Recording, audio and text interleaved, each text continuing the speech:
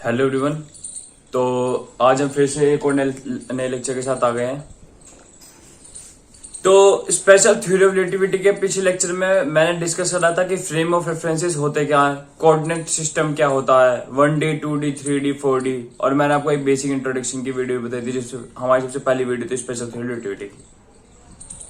मैंने frame of references वाली video में आपको लास्ट में गैलीलियन ट्रांसफॉर्मेशन का एक पार्ट बताया था जिसमें कि मैं दो फ्रेम ऑफ रेफरेंसेस लेके चला था, दोनों के दोनों इनर्शियल थे। मैंने कहा था कि along the axis, x axis मान लीजिए, ये वो एक्स, ये वाई, ये वो जेड, ये वाई डैश, ये जेड डैश। मैंने कहा था कि जो मैं दोनों के दोनों वो लेके चल रहा हूँ कोऑर्डिनेट, वो दोनों इनिशियल फ्रेम है। यहाँ पे कोई इवेंट हो रहा है पी, जो कि इस वाले फ्रेम से हमारे लिए ऑब्जर्वर बैठा है, वो यहाँ पे बैठे ऑब्जर्वर डैश। ऑब्जर्वर मतलब मैं बैठा हूँ, चाहे आप बैठे हैं यहाँ पर, और यहाँ बैठा हूँ मैं। और डैश फ्रेम में आप बैठे हैं ऑब्जर्व कर रहे हैं इस वाले इवेंट को, और ओ फ्रेम में मैं बैठा हूँ यहाँ पे ऑब्जर्व कर रहा हूँ इस वाले इवेंट को। तो भैया ये जो फ्रेम था वो हमारा v वेलोसिटी से मूव कर रहा है। पहले कोइंसाइड है time t equal to 0, at time t equal to 0 ये दोनों फ्रेम आपस में ओवरलैप्ड थे, एस और एस डैश, मतलब इस तरीके से कोई चेंज नहीं था।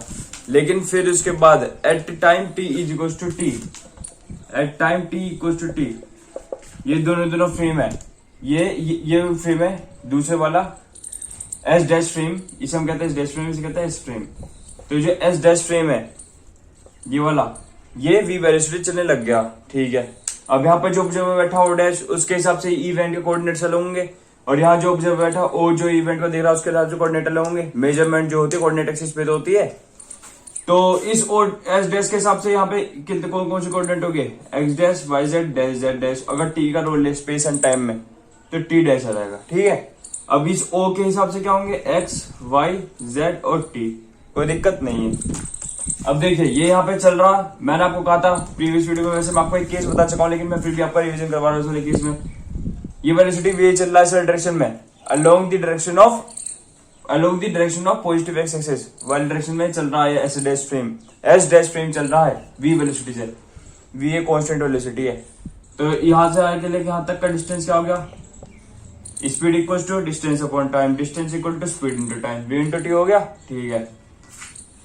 अब इसकी जो डिस्टेंस है इस वाले इवेंट से, एस डैश फ्रेम की जो डिस्टेंस है इस वाले इवेंट से वो कितनी है, एक्स डैश। साफ सीधी बात है भाई, जब एक्स डैश का लॉन्ग मूव कर रहा हो तो डिस्टेंस तो एक्सिस पे चेंज होगी। यहां से एक्स डैश नहीं आएगी, यहां से लेके यहां तक की डिस्टेंस एक्सिस पे, और यहां से लेके यहां तक की कितनी हो जाएगी, एक्स डैश ओ एक्स, क्योंकि एस फ्रेम से जो डिस्टेंस है इस पी इवेंट की वो हो जाएगी एक्स, और एस डैश हो जाएगी एक्स डैश। तो फिर इस वाली इक्वेशन से हम क्या कंक्लूजन निकाल सकते हैं, भैया वाई में और जेड में कोई चेंज नहीं हो रहा, दिख रहा है वो तो आपको, ठीक है। वाई में और जेड में कोई चेंज नहीं हो रहा है, हो किस में रहा, मेजरमेंट किस में हो रही है, एक्स में। यहाँ को ले जाओ तो वाई दोनों पैरेलल है, वाई में क्या चेंज आ रहा, कुछ नहीं हो रहा। अगर ये एक्स थोड़ा बहुत ऊपर उठ जाता, मतलब कि अगर जो एस डैश फ्रेम है वो वाई डायरेक्शन की तरफ ट्रेवल करता, तो हम मेजरमेंट करते वाई डायरेक्शन को लेकर, वाई डैश और वाई का रोल तब आता। यहाँ पर इस डायरेक्शन में जा रहा, एक्स डायरेक्शन के परपेंडिकुलर, तो हम यहाँ पे जितने मेजरमेंट करेंगे वो सबसे एक्स डायरेक्शन में करेंगे। क्या होगा भाई, अब देखो सबसे सीधी बात, गुना भाग स्वभाव है आपको। यहाँ पे एक्स डैश, यहाँ पे एक्स, यहाँ पे वीटी, तो एक्स इज इक्वल टू मैं लिख सकता हूँ एक्स डैश प्लस वीटी, और ये जो एक्स डैश है इसे मैं लिख सकता हूँ एक्स माइनस वीटी।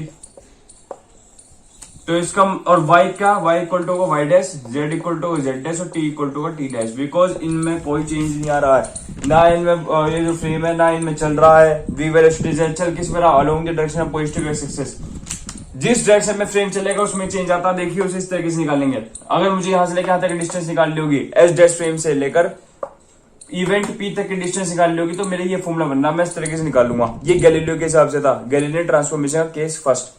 अगर मुझे एक्स निकालनी पड़ेगी यहाँ से लाया तक, तो मैं इस तरीके से निकालूंगा। तो गैलीलियो ने इस तरीके से निकाला। अब हम देखते हैं केस 2 क्या बनेगा। हाँ, तो अब तक तो सारी चीजें वो थी जो कि हम पहले सीखता आए थोड़ा बहुत जितना भी है। अब हम मेन चीज देखेंगे गैलीलियन ट्रांसफॉर्मेशन का केस 2। मेन चीज है इस वीडियो की जो शुरुआत है बेसिकली यहाँ से होनी चाहिए कि केस फर्स्ट मैंने आपको वैसे फ्रेम ऑफ रेफरेंस वाली लास्ट में समझा देता थोड़ा बहुत।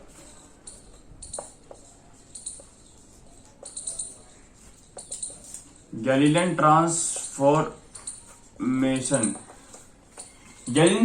क्या कहता है, पहले तो ये समझ लो। गैलीलियन ट्रांसफॉर्मेशन ये कहता है कि मैं किसी भी पार्टिकल के कोऑर्डिनेट को, किसी पार्टिकल का कोऑर्डिनेट क्या होता है, एक्स वाई जेड और टी, स्पेस और टाइम में, किसी भी पार्टिकल के कोऑर्डिनेट्स को एक इनर्शियल फ्रेम से लेकर दूसरे इनर्शियल फ्रेम में ट्रांसफॉर्म कर सकता हूं। मैथमेटिकली समझते मैंने क्या कहा इस बात को, रुकिए अभी ज्यादा दिमाग मत लगाइए आप, केस सेकंड,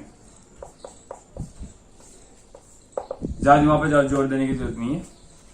अब केस सेकंड समझते क्या होगा भैया, देखो मैंने आपसे कहा था कि मैं दो फ्रेम लेके चलूंगा, एक फ्रेम लूंगा एस फ्रेम और एक फ्रेम लेता हूं एस डैश फ्रेम। हमेशा एस फ्रेम किस पे होता है, रेस्ट पे, एस डैश फ्रेम किस पे होता है, मोशन पे। वो किस वेलोसिटी चलता है, वी वेलोसिटी से।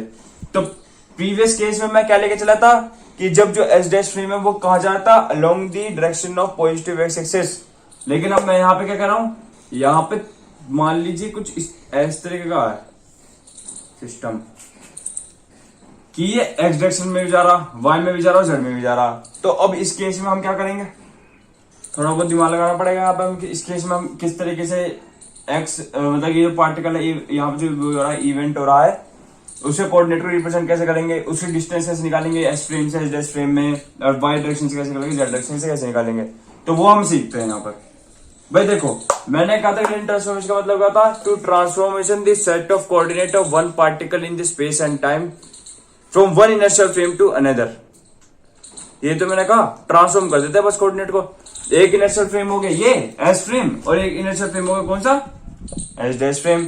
बस क्या फर्क है कि एस डैश फ्रेम क्या हो रहा है, ये किसी वेलोसिटी चल रहा है, चल रहा भी है, कोई दिक्कत नहीं है, दिक्कत क्या है, चलने दो। ये भी किसी वेलोसिटी चल रहा होगा, चल रहा। मैं यहाँ पे भैया देखो वेलोसिटी हमेशा कैसे शो होती है, मान लीजिए यहाँ पे एक सर्कुलर बॉल है, ये इस तरह की घूम रही है, तो मैं इसमें क्या शो करूंगा, ये एंगुलर वेलोसिटी शो करूंगा, लेकिन हमेशा वेलोसिटी कैसे शो करूंगा, टेंजेंशियली करूंगा,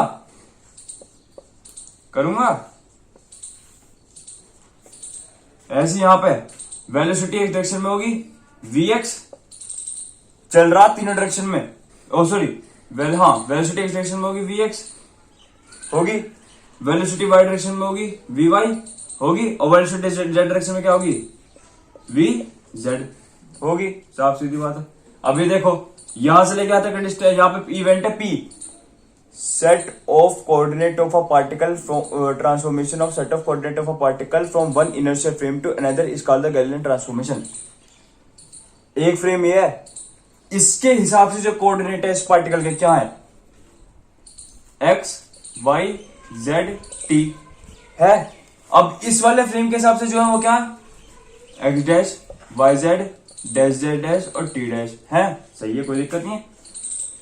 तो हमें क्या करना है, इन दोनों के बीच में ये जो पार्टिकल्स है, ये जो दोनों के दोनों सेट ऑफ कोऑर्डिनेट्स है, इन दोनों के बीच में रिलेशन निकालनी है। अब मैं रिलेशन निकाल दूं, वो गैलीलियन ट्रांसफॉर्मेशन है, खुद समझ आ जाएगा मैं क्या बोल रहा हूँ। रुको अभी भी इतना जोर मत दो। डिस्टेंस क्या होगा इनके बीच में, वी एक्स टी, इन दोनों के बीच में वी जेड टी, इन दोनों के बीच में कितना होगा, वी वाई टी होगा। ये तो समझ आती है बात, क्योंकि distance equal to speed of time, ठीक है। चलो ठीक है, यहां तक तो कोई क्लियर है, सब कुछ बड़े तरीके से। मैं कहता हूं एक्स डायरेक्शन में कितना चेंज आ रहा है, ये निकालो भाई, एक्स डायरेक्शन में कितना चेंज आ रहा है।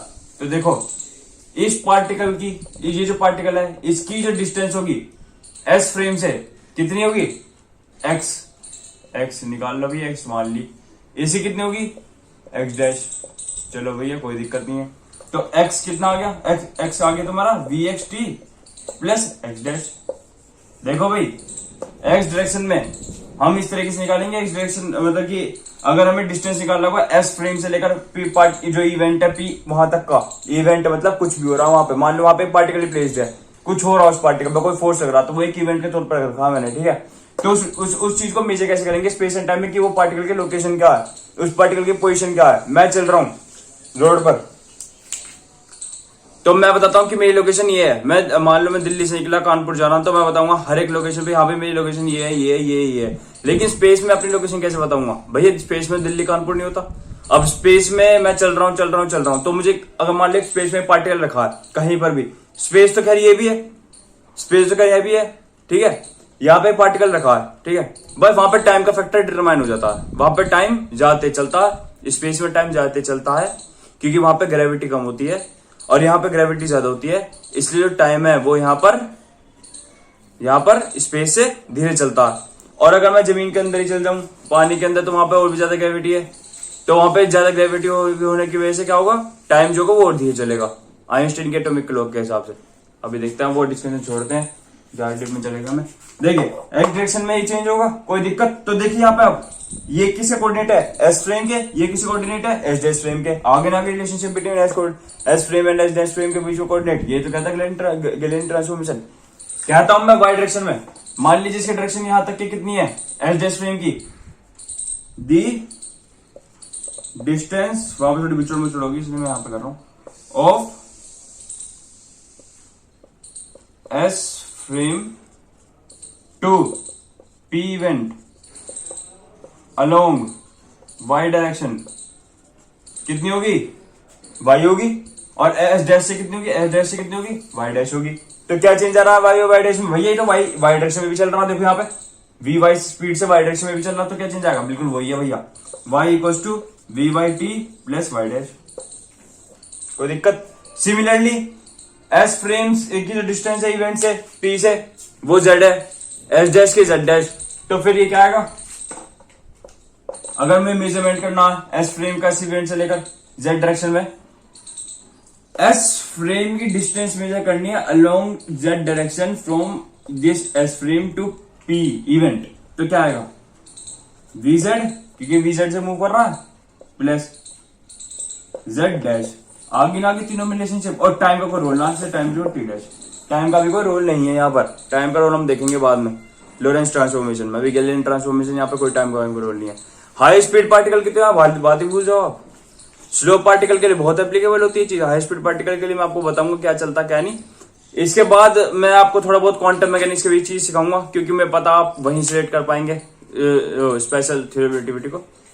तो अगर आपको ये समझ में आ गया हो भैया कैसे निकालेंगे, अगर ये देखो फ्रेम आपस में इनके रिलेशनशिप कैसे निकलता है, अगर ये फ्रेम आपस में अलोंग एक्स एक्सिस मूव कर रहे हो, वाई एक्सिस मूव कर रहे हो, जेड डायरेक्शन पे तीनों के अलोंग मूव कर रहे हो, तो हम किस तरीके से इनकी डिस्टेंस निकालेंगे हर एक फ्रेम से, तो वो आपको समझ में तो आएगा होगा। खैर इतना कुछ डिफिकल्टी वाली चीज नहीं है।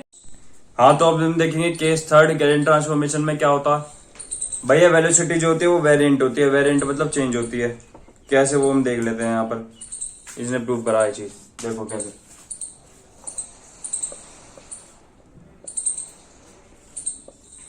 ले लिया मैंने एस फ्रेम, वो इसे थोड़ा बड़ा बनाते हैं इसे,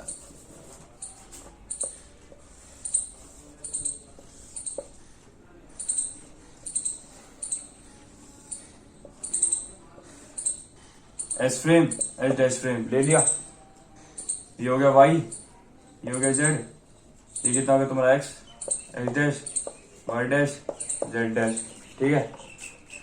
ये क्या ऑब्जर्वर ओ, मान लो मैं बैठा हूं, ये क्या यहाँ पे आप बैठे हो O dash, S dash frame में आप बैठे हो, एस फ्रेम में मैं बैठा हूँ, यहाँ पे फिर कोई इवेंट चल रहा है, हमें नहीं पता वो इवेंट क्या है, उसका जो मेजरमेंट है वो एस फ्रेम से है इतना, ये जो कोऑर्डिनेट्स है इनके थ्रू मेजरमेंट होगा, और एक्स डैश से एस डैश फ्रेम से कितना होगा, X dash Y Z dash Z dash और टी डैश, दिक्कत नहीं। यहां से लेके यहां तक का डिस्टेंस कितना हो गया, वी टी, ठीक है। इसका यहां से लेके यहां तक का डिस्टेंस क्या होगा, एस डैश फ्रेम है भैया, पोजीशन वेक्टर तो पढ़ाई है तुमने 11वीं में, कर दो आर डैश, क्या दिक्कत होगी। अब देखो अभी जो ये जो ओ डैश है, ओ डैश से तो मैंने देख लिया आर आएगा, इसका डिस्टेंस आर डैश आएगा, सॉरी आर डैश क्यों आएगा, क्योंकि एस डैश से मेजर कर रहा हूं मैं सीधी, यहाँ पे आर डैश है, आर डैश है, ये पोजीशन वेक्टर, ठीक है। अब ओ से कितना आएगा, कर दो भैया, उसे भी इसे डिस्टेंस ओ से कितना आएगा, आर वेक्टर, मतलब इस इवेंट का पोजीशन को डिटरमाइन करने के लिए मैंने यहाँ पे पोजीशन वेक्टर यूज करा है। अब इस इवेंट की पोजीशन इस वाले एस डैश फ्रेम से जो यहाँ पे ऑब्जर्वर बैठा है उससे कितनी होगी, आर डैश, और इस वाले फ्रेम से जो यहाँ पे ऑब्जर्वर बैठा है उससे कितनी होगी, आर, ठीक है। तो वेक्टर लॉ ऑफ एडिशन तो सबको पता ही है क्या होता है, अब मैं वेक्टर तो पढ़ाऊंगा नहीं, तो क्या होगा, R equals to R dash plus VT, कोई दिक्कत नहीं है, चलो ठीक है, बहुत बढ़िया।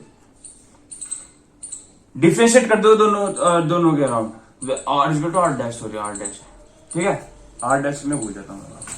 डिफरेंशिएट कर दो, कितना आ जाएगा, dr upon dt equal to dr dash upon dt plus v, आ गया, ठीक है। dr अपॉन dt क्या होता, डिस्टेंस अपॉन टाइम, वेलोसिटी, ठीक है।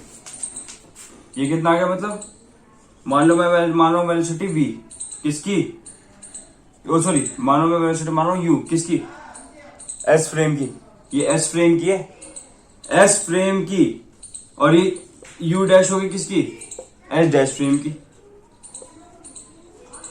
नहीं समझे, इस पोजीशन के रिस्पेक्ट में एट ए गिवन टाइम इन दोनों फ्रेम ऑफ रेफरेंस की कितनी वेलोसिटी है वो मैंने यहाँ पे मानी, u और u डैश, समझ गए, प्लस कितना हो गया v।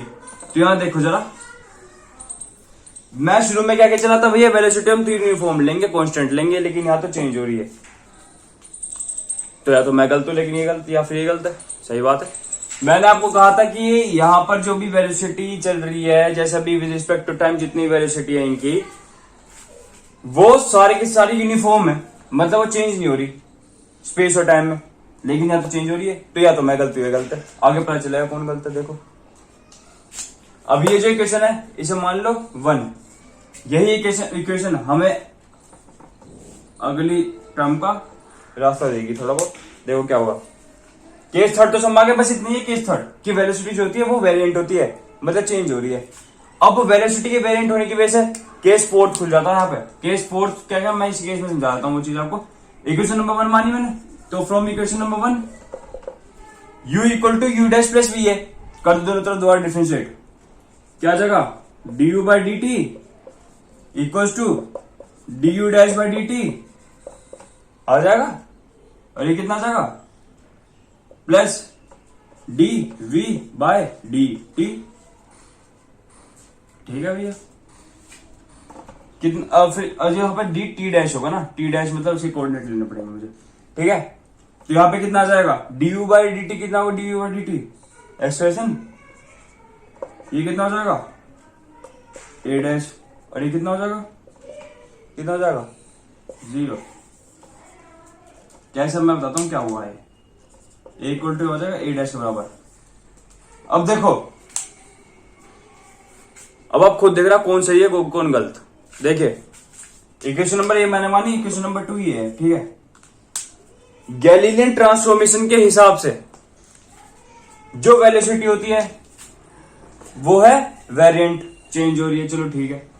और जो एक्सेलरेशन है वो है इनवेरिएंट।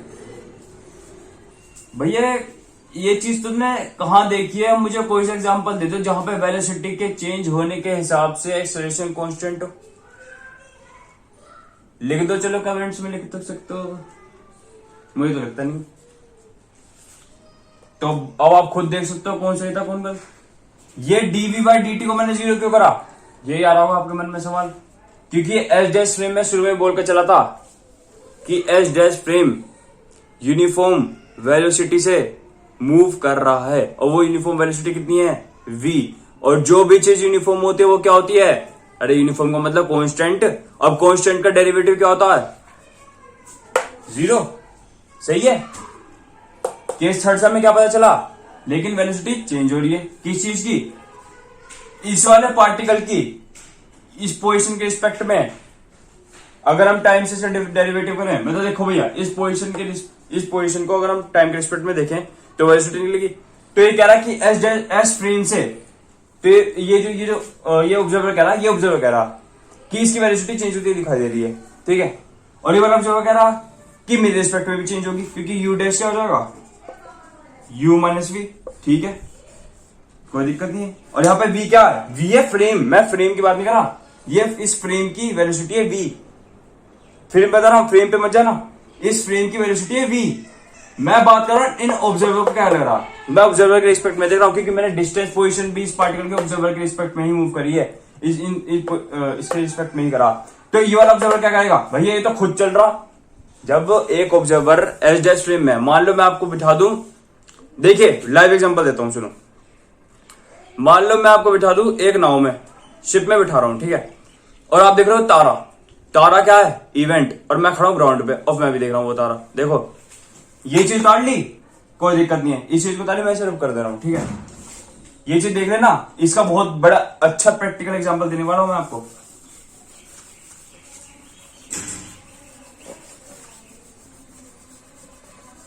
देखो क्या कहने वाला हूं, ध्यान से देखो। यहां पे एक स्टार, क्या है? स्टार, ठीक है। एक बंदा बैठा नाव में, पानी में नाव चल रही है, एक वेलोसिटी चल रही है 20 है, ठीक है।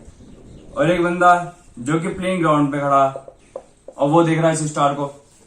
तो ये जो चल रहा है ना वेलोसिटी 20 है, इसको क्या दिखेगा? इसे दिखेगा कि वो स्टार तो मेरे साथ साथ चल रहा है। अगर आपने कभी गाड़ी में बैठे हुए चांद देखा हो तो आप क्या कहोगे?